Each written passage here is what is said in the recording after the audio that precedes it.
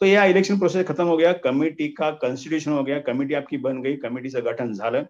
There after custody of papers relating to elections. यहाँ देखिए कैसा है कि आप रिटर्निंग ऑफिसर है, ये इलेक्शन के पेपर जो भी है स्टार्ट से लेके एंड तक, मतलब प्रोविजन लिस्ट ऑफ वोटर्स आपका अगर आपका जो अपॉइंटमेंट हो गया रिटर्निंग ऑफिसर के, वो टाइम से लेके अभी तक का जो भी पेपर्स है E17 फॉर्म तक, ये सब पेपर्स आपको प्रिजर्व करके रखने का है, संभाल के रखने का है. That is your responsibility.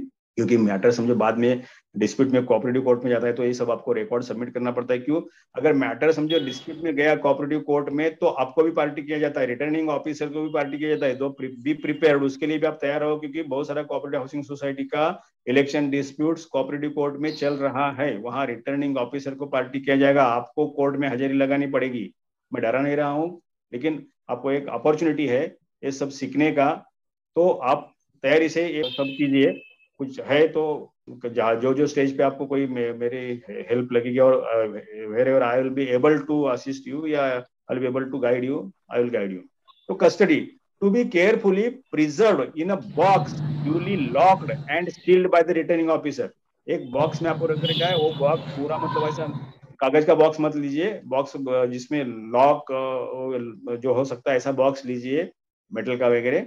तो वो बॉक्स में ये आप सब पेपर्स रखिए और वो सील करके रखिए. वो आपके साथ लेके जाने की जरूरत नहीं, वो सोसाइटी में भी रख सकते हैं आप, सोसाइटी के ऑफिस में, लेकिन आप उसको लॉक लगा के सील कीजिए और चाबी आपके पास रखिए. Hand it over to the secretary और an authorise officer of the society. फिर जिसने इलेक्शन प्रोसेस चालू किया उसके पास आपको हैंड ओवर करने का, सेक्रेटरी ऑफ द सोसाइटी और अथॉराइज ऑफिसर अगर अपॉइंट किया है तो. Preservation for period of 6 months. ये जो नया गाइडलाइंस है उसके हिसाब से ये जो रिकॉर्ड आपको प्रिजर्व करने का है 6 महीने तक प्रिपेयर करने का है.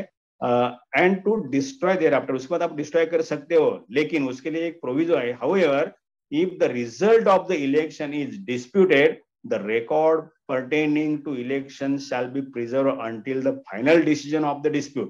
ध्यान में रखिए.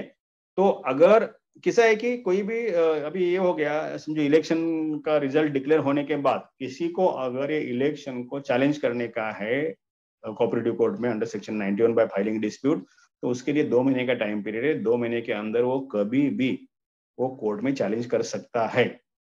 समझो तो नहीं चैलेंज किया तो आप 6 महीने तक तो रख ही रहे. कभी कभी क्या होता है कि उसको समझो डिले हो गया फाइलिंग में और कोर्ट ने कंडोन किया, तो कोर्ट 6 महीने से ज्यादा तो डिले कंडोन नहीं करेंगे, क्योंकि यहाँ आप बोल सकते हैं बाद में कि वो 6 महीने का टाइम पीरियड दिया है, 6 महीने तक हम मुझे कोई नोटिस नहीं आया, समझ नहीं आया कोर्ट का कि ऐसा ऐसा डिस्प्यूट फाइल हो गया है.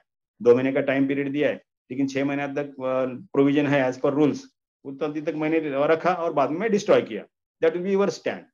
तो एक कोर्ट को भी कंसिडर करना पड़ेगा, ऐसा है.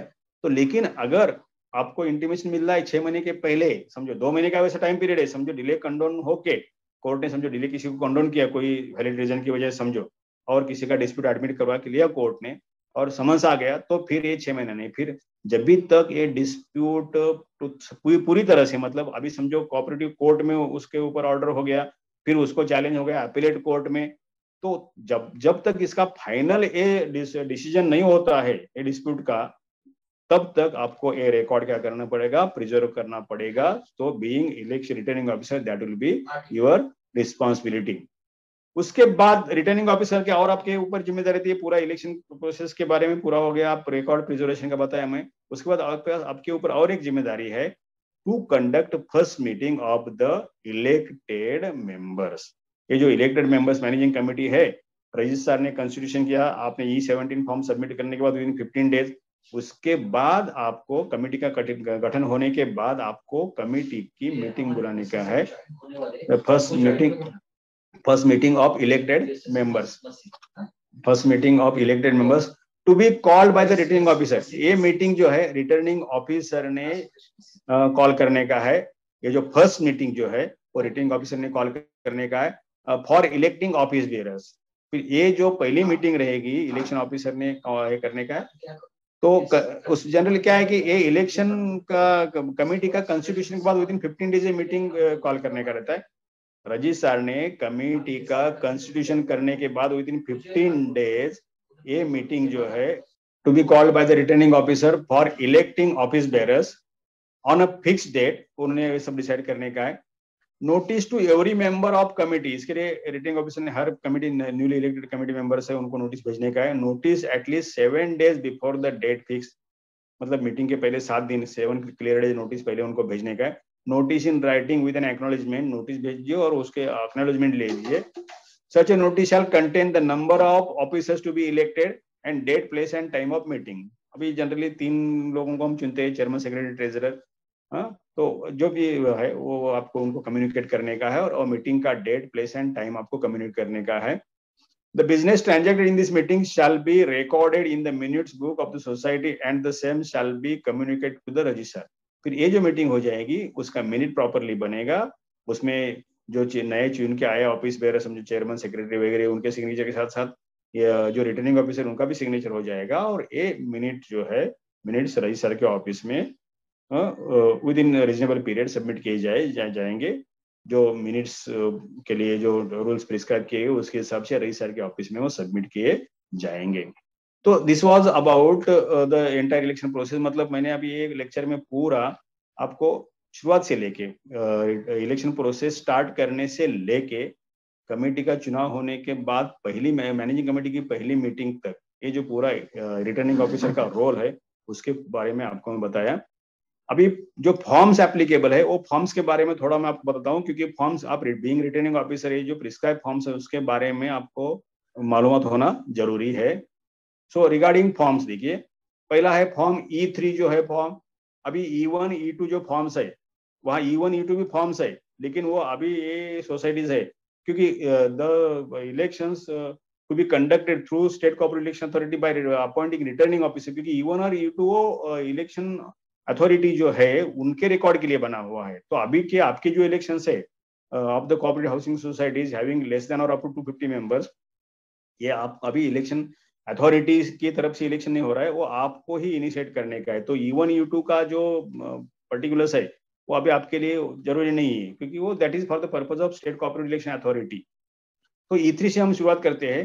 तो E3 जो है that is provision list of voters, E31 that is final list of voters, फिर E4 जो है that is election programme, E5 nomination form for candidature, E6 notice of withdrawal of candidature, E7 final list of contesting candidate, E8 application for appointment of election agent by the candidate, E8A appointment of polling agents, counting agents, E9 form of declaration of result of uncontested election, E10 form of ballot paper, E11 list of challenged votes, E12 form of declaration by companion of blind or infirm voter।